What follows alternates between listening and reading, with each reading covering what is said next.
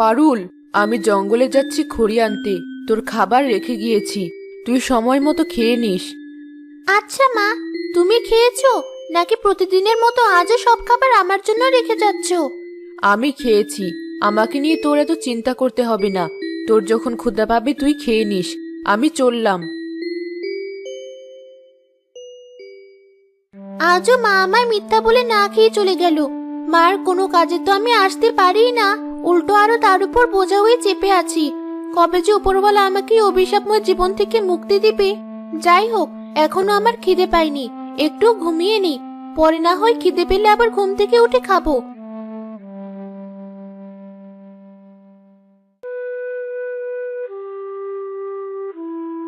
আজ আমার কপালটাই খারাপ, কোথাও সুবিধা করতে পারলাম না। ওই যে সামনে একটা বাড়ি দেখা যাচ্ছে, দেখে মনে হচ্ছে খালি। যাই, গিয়ে দেখি ওখানে কোনো সুবিধা করতে পারি কিনা।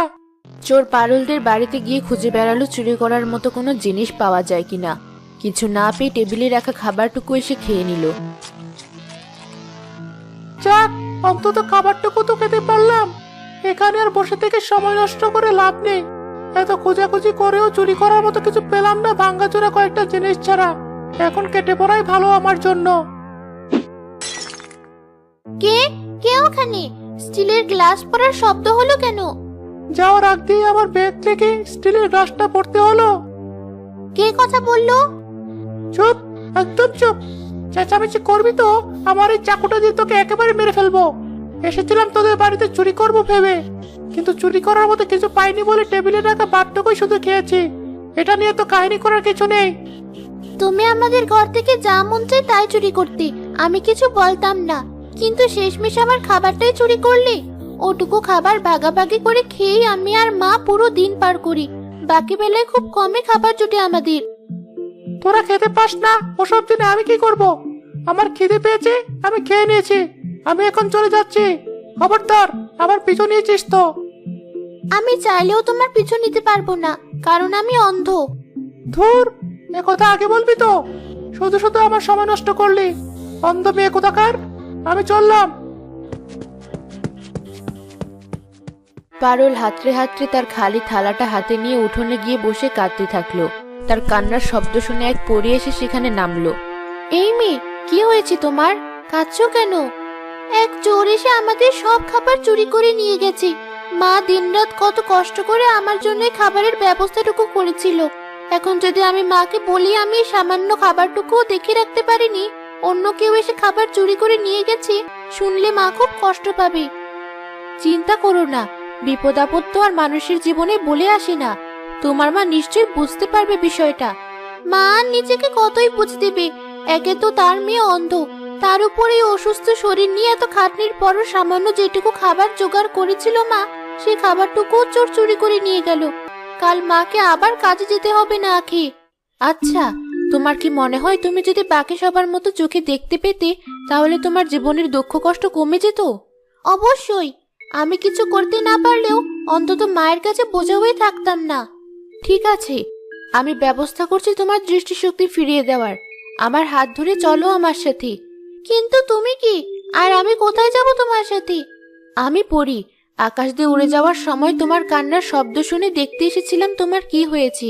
তোমার কষ্টের কথা শুনে এখন আমি তোমাকে সাহায্য করতে চাই।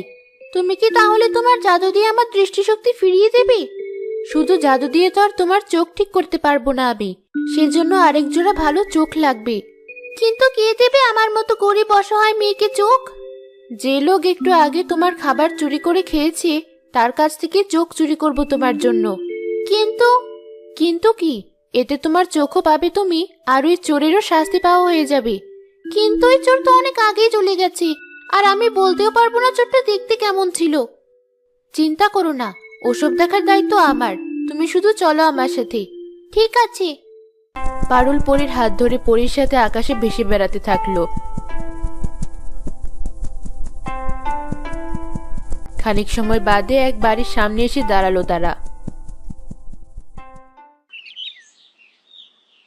আমার জামা কাপড় সব ঠিক আছে কিনা দেখে নেই। আমি যে চোর সেটা যেন আমার পরিবার কখনো টের না পায়। লোকটা কি নিজেকে চোর বললো?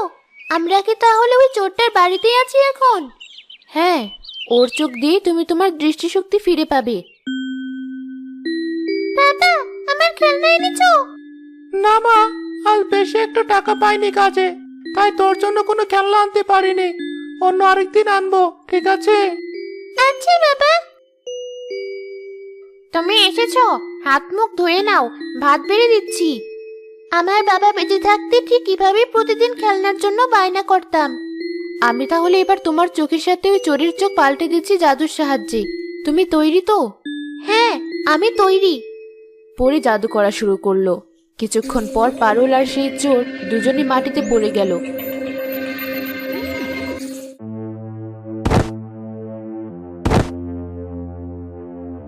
কি হলো তোমার? ওভাবে পড়ে গেলে কেন? কথা বলো আমার সাথে। আমি কোথায়? হঠাৎ করে সবকিছু অন্ধকার হয়ে গেল কেন?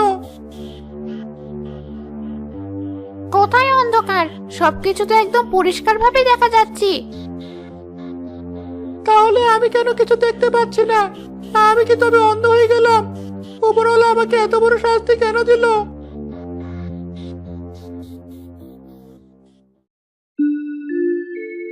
আমি সব দেখতে পাচ্ছি। পরি, এ কি তুমি? তুমি দেখতে এত সুন্দর। আমার জাদু তাহলে কাজ করেছে। তুমি সব দেখতে পাচ্ছ আর ওই চোরটা অন্ধ হয়ে গেছে। তোমাকে অনেক ধন্যবাদ। বাবা, তুমি কি সত্যি আমাকে দেখতে পাচ্ছ না? না মা, আমি অন্ধ হয়ে গেছি, তোকে দেখতে পারছি না আর। এখন কি হবে আমাদের?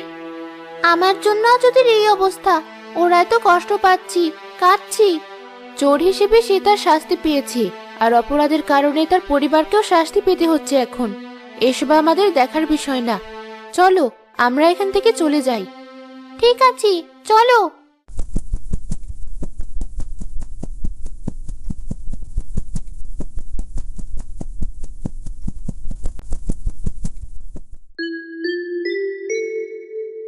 পারুল, কোথায় তুই? খেয়েছিস খাবারটুকু? মা, আমি এখানে। ওখানে দাঁড়িয়ে আছিস কেন? চল, ঘরে চল। মা, তুমি দেখতে অনেক সুন্দর। আমার অনেক ইচ্ছা ছিল তোমাকে একটা বারের জন্য হলেও দেখবো।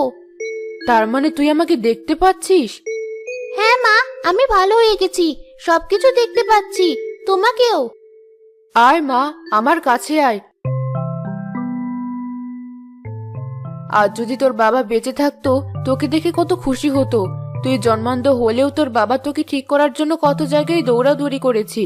আজ অবশেষে তুই নিজে নিজেই ভালো হয়ে গেছিস। হ্যাঁ মা, এখন আর তোমার কোনো চিন্তা রইল না।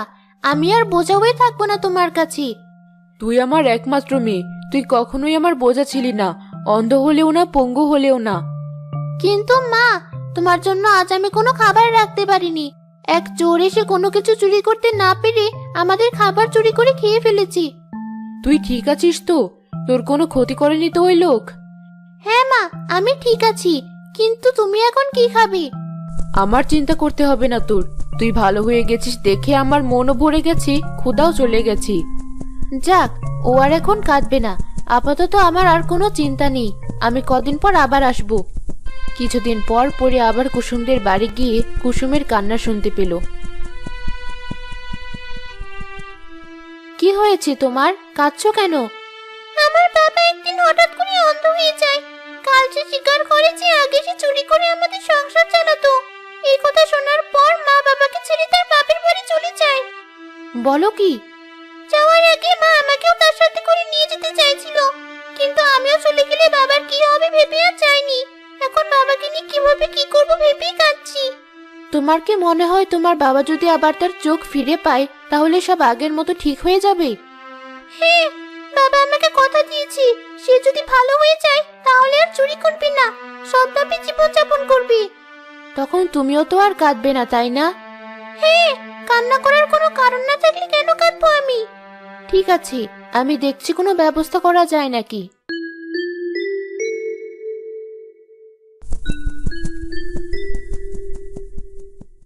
আরে পরি, এতদিন কোথায় ছিলে? ভালোই করেছো তুমি এই সময় এসে। এই দেখো, ফুল দিয়ে আমি কত সুন্দর একটা মাথার তাজ বানিয়েছি। এই তাজটা তোমাকে বেশ ভালো মানাবে। ঠিক আছে, পরিয়ে দাও আমায়। বাহ, তোমাকে কি সুন্দর লাগছে। তুমি সেই চোরটার কাছ থেকে তার চোখ নেওয়ার পর তার পরিণতি কি হয়েছে জানতে চাও? ও হ্যাঁ, তার বউ আর মেয়ে অনেক কান্নাকাটি করছিল। আশা করি এতদিনে সব ঠিকঠাক হয়ে গেছে। তুমি চলো আমার সাথে, তাহলে বুঝতে পারবে তাদের বর্তমান পরিস্থিতি।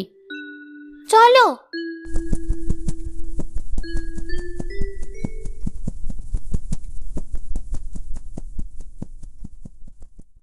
চলে এসেছি আমরা।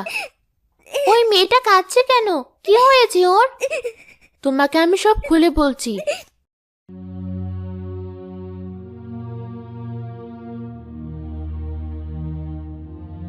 এত কিছু হয়ে গেছে কদিনের ভিতরেই।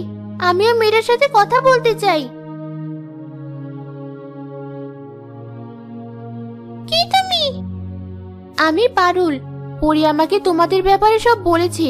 সব শুনে আমার খুব খারাপ লেগেছে বলে তোমাকে আমি সান্ত্বনা দিতে এসেছি। তোমার সান্ত্বনা দিয়ে কি হবে?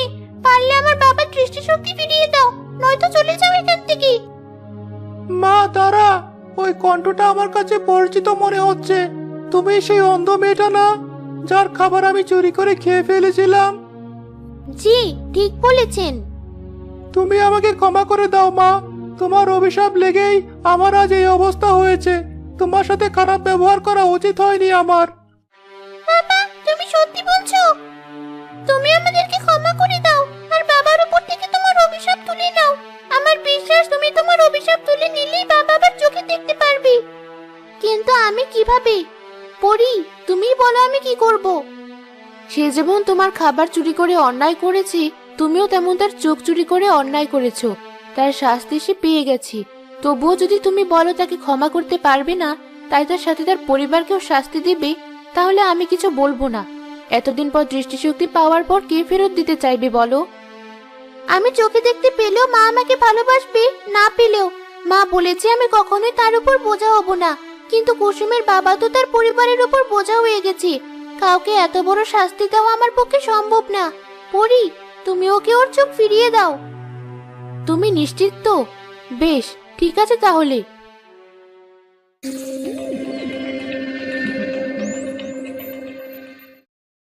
আমি আমার চোখে দেখতে পাচ্ছি। তোমাদের অনেক ধন্যবাদ। কিন্তু আমি এখনো দেখতে পাচ্ছি কিভাবে? তোমার ওই চোখ জোড়া আমার পক্ষ থেকে উপহার। এই চোখগুলো আগে আমার এক বন্ধুর ছিল, যে ছিল মানুষ হিসেবে অনেক ভালো আর ক্ষমাশীল। মৃত্যুর আগে তার ইচ্ছা ছিল এই চোখ দুটো কোনো ভালো মানুষকে দিয়ে যাবে। তার সেই ইচ্ছে আমি পূরণ করেছি। অনেক খোঁজার পর একমাত্র তোমাকে পেয়েছি আমি যোগ্য হিসেবে। তার মানে তুমি এতদিন আমার পরীক্ষা নিচ্ছিলে? হ্যাঁ, আর তুমি মহানুভবতা দেখিয়ে প্রমাণ করে দিয়েছো যে তুমিই যোগ্য। আমার কাজ শেষ, আমি তাহলে চলি।